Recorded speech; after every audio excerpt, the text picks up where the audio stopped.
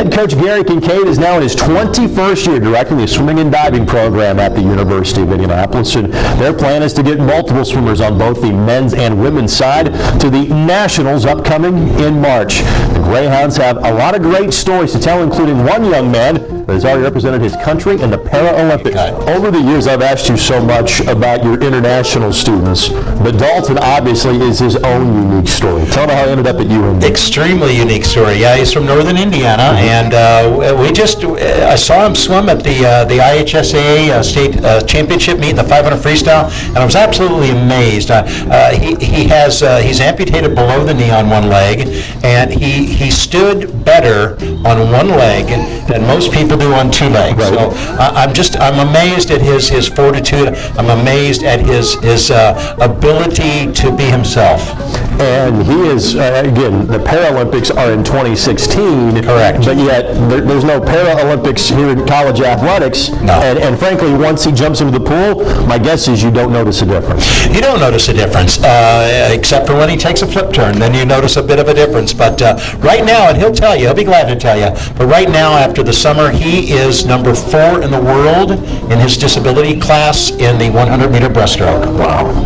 We're months away from kind of talking about regionals and nationals, but what is going to make this year a good year in terms of national qualifiers for your program? We were a little down last year at nationals. I was very disappointed in our performances at nationals and the number of people that we had at nationals. It's getting much tougher to get to the national championships now, and we need to ramp up, and we need to make sure that we're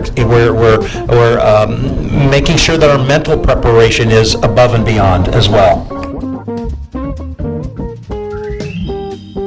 And that's one thing that I was going to go next, is that for, there's no professional league to go into at this level. Athletes in swimming know, hey, once my college days are over with, that's it for competitive swimming for me. That's not the case for you. You've got an Olympics to train for, kind of for a year after, and you've been in the Paralympics before. Tell us about your experience in London a couple of years back. Yeah, my experience in London has kind of taught me quite a bit. I grew up and learned a lot from it. A lot of life experiences. Sometimes I think about it. Sometimes I like to go back to it and think about what happened at the Olympic Games and stuff. And there are a lot of really cool things there. But at the same time, there's also those memories where it's like, you can watch and see trials all the time on TV. But let me tell you something: to actually be in it and be in the moment, whole other level, whole different thing.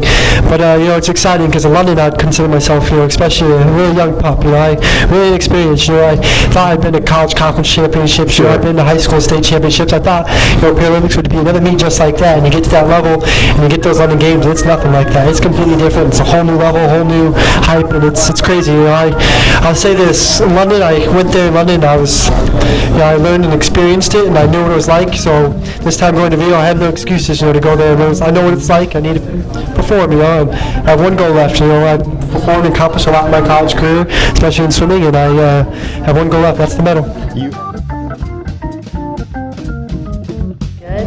We joke about, with Gary's program, having so many international swimmers and those representing the Republic of California. You are one of those. Tell us exactly how you ended up from Cali here to UIndy for the last 4 years. I am, yes. So when I got here, I was I wasn't the only one, but I was the first one, group of Californians, and I came to study forensic science at UIndy. We do have an awesome forensic science program.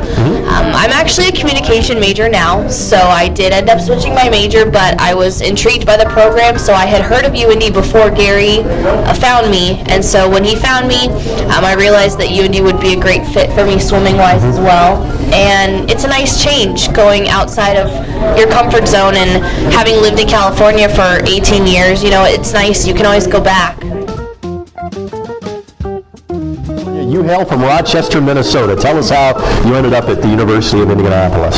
Well, I actually just Googled D2 swimming schools. So I ended up looking at this one, looking at the times, and then I thought I fit in pretty well. So then I emailed Gary and we made contact, and then I took a recruiting trip, actually when the freezing storm, back in February, back like 5 years ago. Yeah. So that's when my mom and I came down, and I really liked the swim team and good PT school, so that worked out well. It was pretty much sheer luck.